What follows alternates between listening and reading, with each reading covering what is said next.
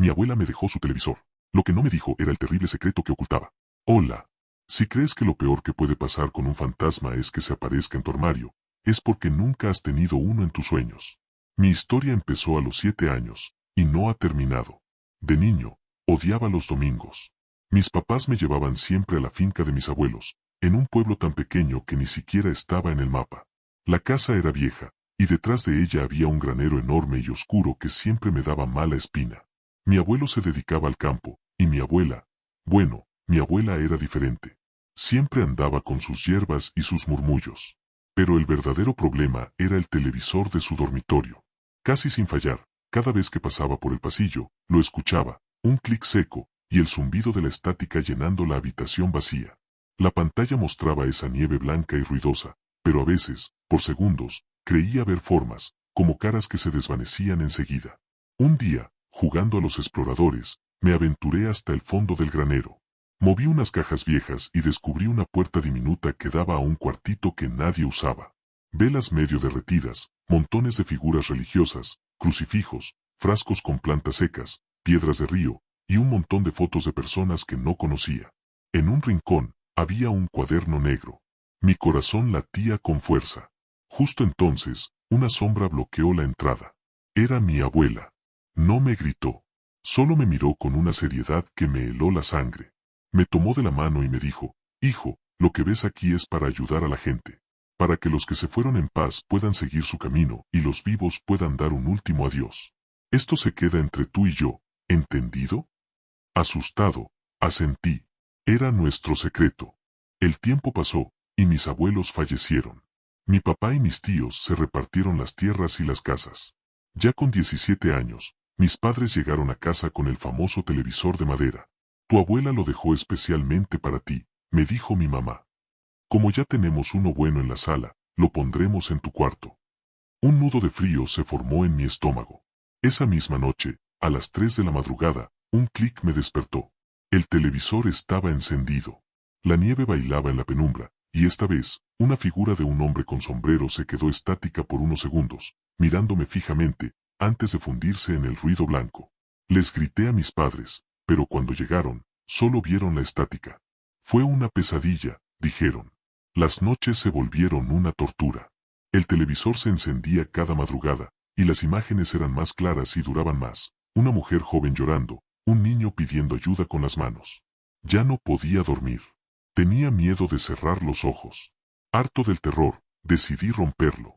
Al moverlo para desenchufarlo, una pequeña tapa de madera en la parte trasera se soltó. Dentro, había un cuaderno. El mismo cuaderno negro del cuartito del granero. Era el diario de mi abuela. Página tras página, describía cómo la gente del pueblo y de otros lugares venía a verla en secreto. Les ayudaba a comunicarse con sus seres queridos fallecidos. El televisor, decía, era su herramienta. Lo llamaba mi antena para los que no tienen voz. Y en las últimas páginas, había una carta para mí. Querido nieto, decía, sé que tú puedes verlos y oírlos, como yo. Por eso te dejo esto. Tú tienes el don. Este es tu camino. Úsalo para ayudar, como yo lo hice. Sentí una ira inmensa. No era un regalo, era una maldición que me estaba obligando a heredar. Ella, desde la tumba, me estaba condenando a una vida de miedo. Esa misma tarde, arrastré el televisor al patio y, con un hacha de mi papá, lo destrocé. Lo reduje a astillas y circuitos rotos. Jadeaba, liberado. Por fin se había acabado. La primera semana fue de paz. Pero luego, los sueños comenzaron. Al principio soñaba con mi abuela. No me gritaba, solo me miraba con una tristeza infinita, decepcionada. Me señalaba y luego señalaba un vacío a su alrededor. Esos sueños eran agotadores. Luego, empezaron a llegar los otros. Soñé con un hombre que me suplicaba que le dijera a su hija dónde guardaba el dinero que quería darle antes de morir. Soñé con una niña que me pedía que encontrara a sus papás. Eran sueños tan vívidos que al despertar recordaba cada detalle. Pero no todos eran así. Algunas noches, las pesadillas eran diferentes. Soñaba con una figura oscura, con un rostro deformado y una sonrisa inquietante, que se sentaba en el borde de mi cama y solo me observaba, llenando la habitación onírica de un frío glacial. Otra noche, soñé que algo me perseguía por un pasillo infinito, susurrando mi nombre con una voz rasposa y llena de odio. Pero lo que al final le dio un sentido a todo este caos, y a la vez lo hizo mucho más aterrador, fue el cuaderno. Una noche, después de un sueño donde un hombre con el uniforme de mecánico manchado de grasa no dejaba de señalarme un viejo coche oxidado, no pude volver a dormir. La desesperación me llevó de nuevo al diario. Empecé a leerlo no como un chico asustado, sino como un náufrago buscando un mapa. Y ahí lo encontré. Mi abuela no solo anotaba sus éxitos. Al final del cuaderno, había una sección que tituló Los que se quedaron. Eran casos inconclusos. Espíritus que ni siquiera ella había podido ayudar a cruzar. El hombre del aserradero, un hombre de rostro curtido que siempre aparecía con un hacha. Murió aplastado por un tronco. Mi abuela escribió, no busca venganza, solo quiere advertir a los demás del peligro de la máquina del rincón. Pero su mensaje nunca llega claro.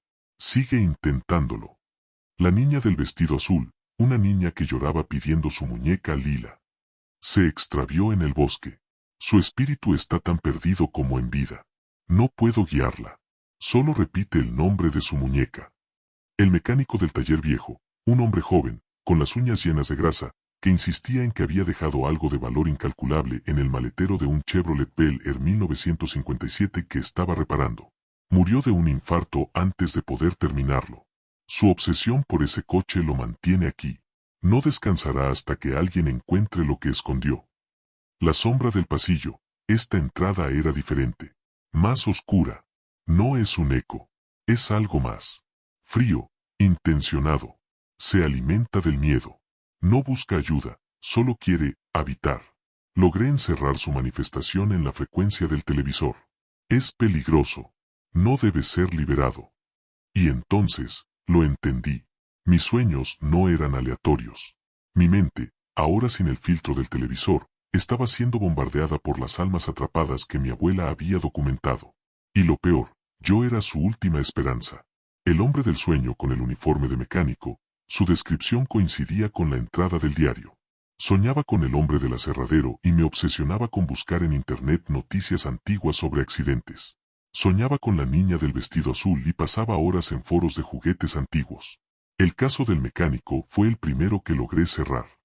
En mis sueños, el hombre me mostró una placa de matrícula parcial. Después de semanas, localicé el coche, abandonado en un desguace. Abrí el maletero y, escondido en un doble fondo, encontré una carta de amor y un anillo de compromiso. Se lo entregué a la que había sido su familia. Esa noche, soñé que el mecánico me daba un firme apretón de mano y se giraba para caminar hacia una luz brillante. Fue la primera noche de sueño tranquilo en meses. Era adictivo, pero por cada éxito, había 10 fracasos. Y los fracasos tenían consecuencias. Las entidades a las que no podía ayudar se volvían más insistentes, más enojadas. Y luego, estaba el caso de la sombra del pasillo. Cada vez que un caso fallaba, esa cosa oscura y fría de la que mi abuela había advertido hacía su aparición. No decía nada. Solo se quedaba al fondo de mis pesadillas, observando. Y cada vez estaba más cerca.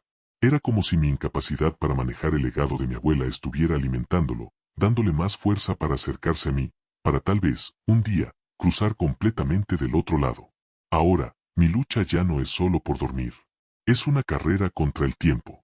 Tengo que encontrar la manera de ayudar a estos ecos pendientes, no solo por ellos o por mi paz mental, sino para debilitar a la única entidad que sé, con certeza, quiere hacerme daño real.